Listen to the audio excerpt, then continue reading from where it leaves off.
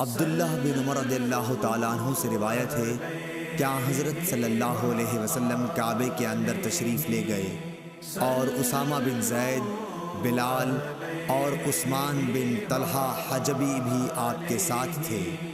پھر عثمان رضی اللہ تعالیٰ عنہ نے کعبے کا دروازہ بند کر دیا اور آپ صلی اللہ علیہ وسلم اس میں ٹھہرے رہے۔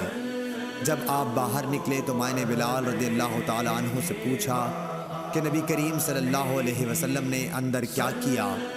انہوں نے کہا کہ آپ نے ایک ستون کو تو بائیں طرف چھوڑا اور ایک کو دائیں طرف اور 3 کو پیچھے، اور اس زمانے میں خانہ کعبہ میں 6 ستون تھے۔ پھر آپ نے نماز پڑھی۔